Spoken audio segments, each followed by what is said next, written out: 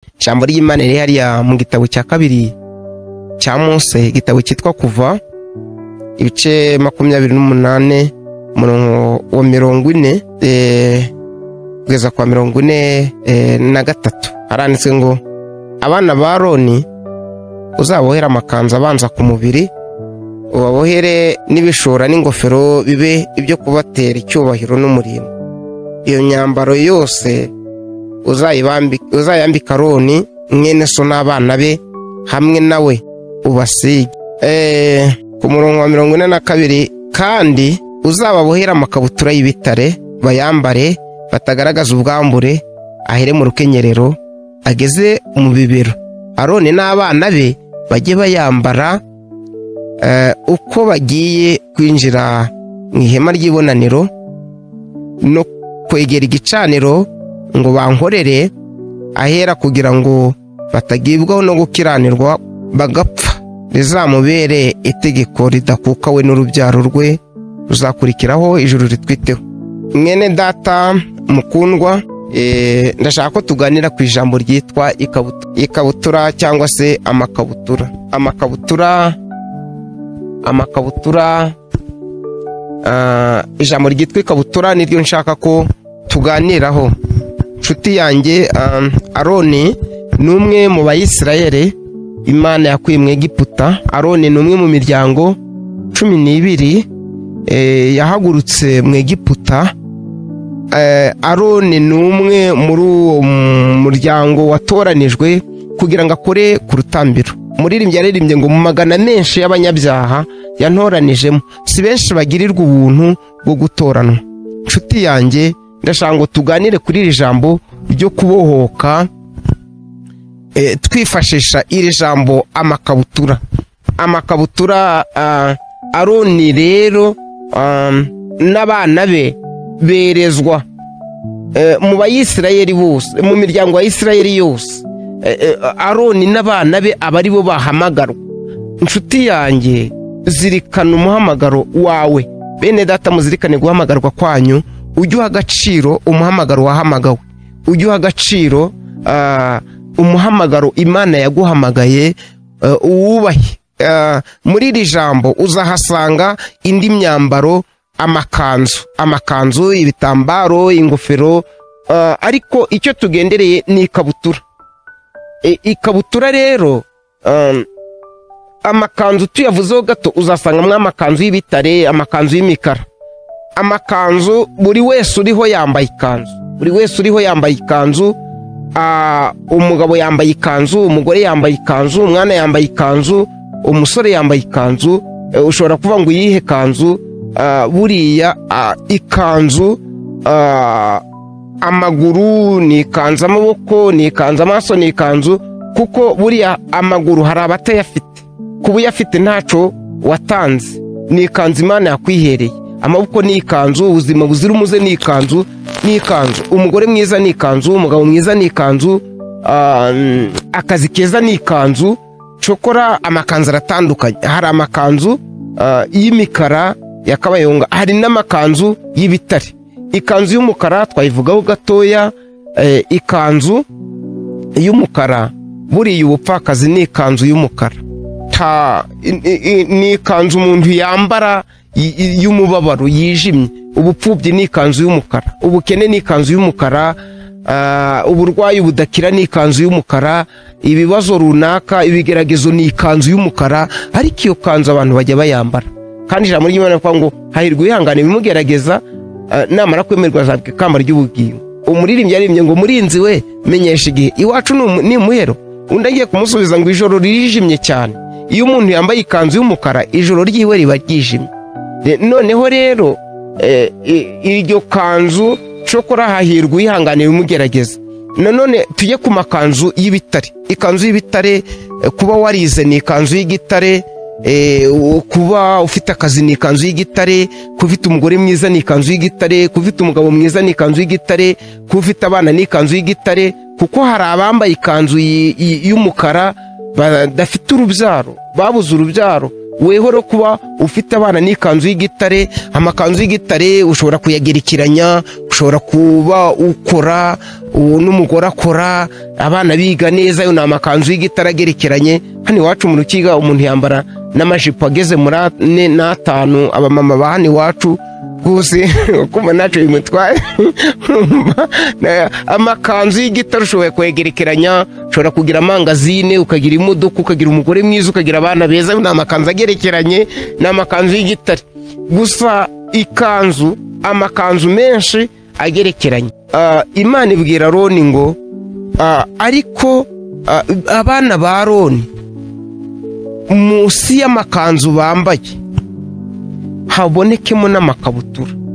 Ikabutura, wambaye amakanzu menshi ukagwa hasi, amakanzu ntabwo yabuza kukureba ubwambure. Wambaye amakanzu menshi kugufata ku ngufu biroroshye, ni ugutwikurura amakanzu. Buriya amakanzu nta sekirite agira. Iyo umuyaga uhushe wambaye ikanzu, uretse gushyiraho ibiganza, ikanzu yavuga iti dore uko yabaye. Ikanzu nta mutekano uha uyambaye.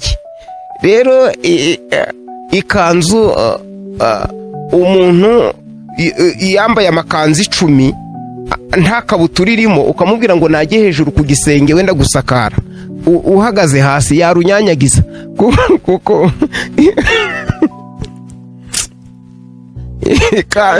yarunyanyagiza rwose. Narabibonye muri corona, mu minsi mikeya ya corona, abantu bari bambaye amakanzu y'uburirimbyi, abantu bambaye amakanzu y'icyo bari cyo, ariko umuyaga warahushe ngo ugasaba ukibaza ubukristo umuntu yari afite, ugashaka ahubwo ari buri bukabura. Bararunyanyagiza. Ariko buriya ikanzu y'umukara iyo harimo ikabutura, ubu ndashaka kuvuga ikigeragezo cyose iyo harimo ikabutura nta mupfakazi wafatiranye. Uje gutwikurura ya kanzu utariko urabona iyi kanzu ngo umufatiranye na ya kanzu yirabura, akakubwira toya hambere harimo ikabutura, barakubesha, harimo ikabutura.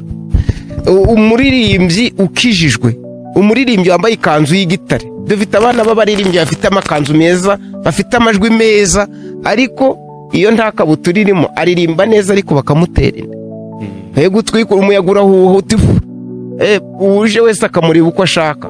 Impamvu abantu benshi bazamuka mu ntera, ugasanga ni apotre, ugasanga ni bishop, ugasanga ni reverend, ariko wajya kumureba ugasanga yateye umuntu inda cyangwa yariganije umuntu, nuko nta kabutura irimo. Yagiye hejuru yambaye amakanzu, ariko nta kabutura irimo, azamuka nta kimuporoteje afite, nta kimurinze isoni, nta kimurinze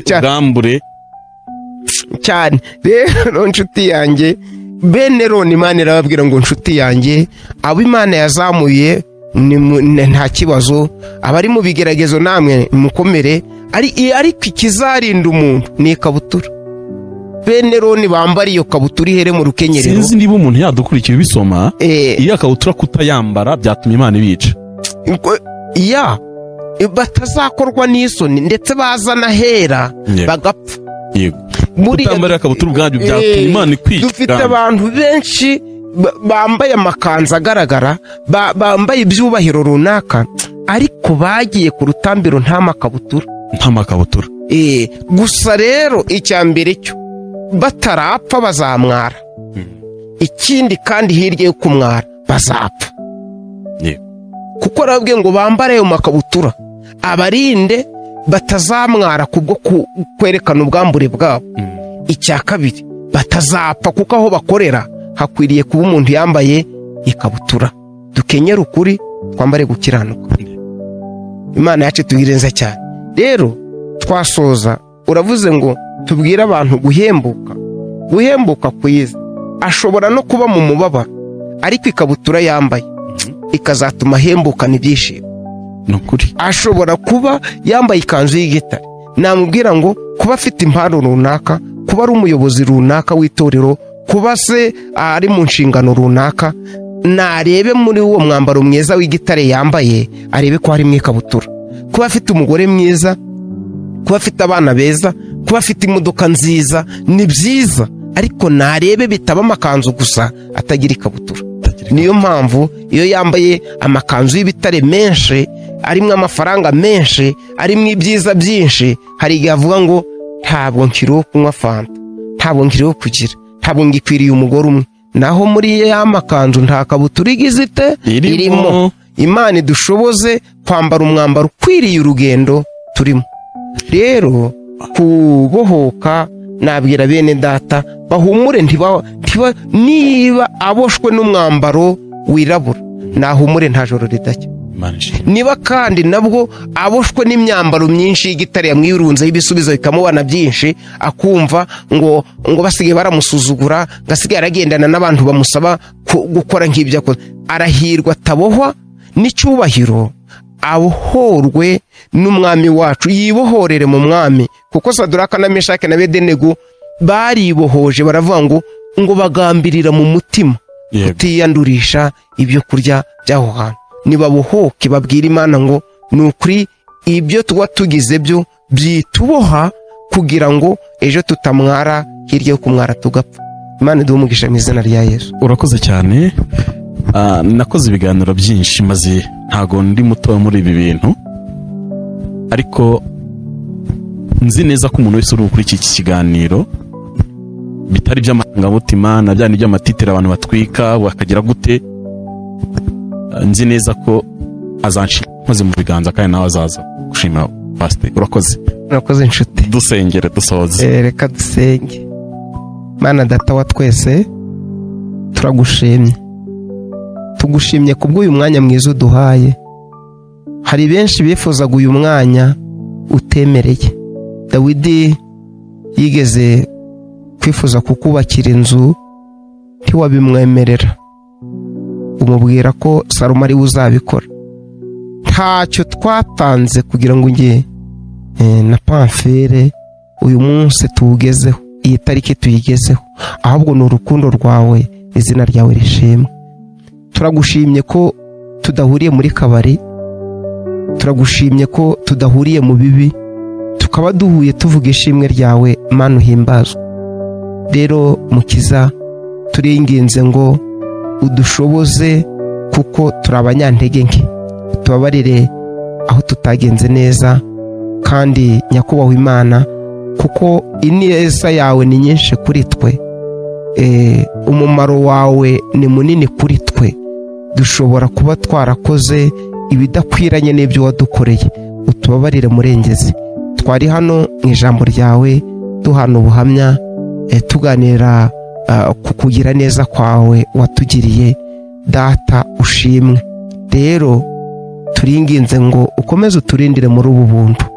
Data uturinde kwibagirwa aho twakuwe nawe, uturinde Mwami kwibagirwa ineza watugiriye, uturinde kwibagirwa Mwami imirimo n'ibitangaza wakoreye twe n'abacu, ahubwo tujye duhora tuzirikana ko nta kiguzi twatanze, ko ari ubuntu bwawe gusa watugiriye. Rero Mana yacu, tugiye gutandukana, mwene data ujyane nawe, kandi natwe usigarane natwe, ukomeze uturindire umubiri n'ubugingo, mu izina rya Yesu, amen.